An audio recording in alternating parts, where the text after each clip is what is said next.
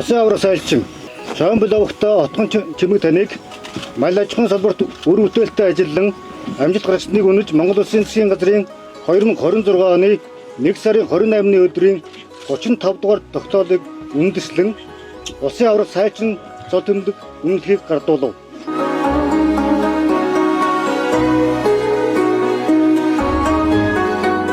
35 жил мал байна. Энэ хугацаанд ингэнээс бусд малыг л саасан.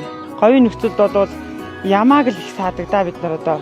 Ямааны ашиг шимийг бүрэн ашигладаг. Өхөр саана, гүүгээ саана. Тэгээд бүх цагаан эдэг бол ерөөсөө бүрэн боловсруулж бүх нэг 20-од нэр төрлийн бүтээгдэхүүн үйлдвэрлэж ажилладаг. 2018 оноос хойш бол өнөө хүртэл 26 оны хүртэл би жилд 10-аас дээш тонн цагаан эдэг боловсруулдаг. Говийн нөхцөлд ямааны ашиг шимээр цагаан эдэг гэдэг бол ерөөсөө маш их хөдөлмөр ордог. Жил болгоны намрын говь фестивал арга хэмжээг ерөөсөө би алгасахгүй ордог. Тэндээ дандаа амжилттай оролцдог.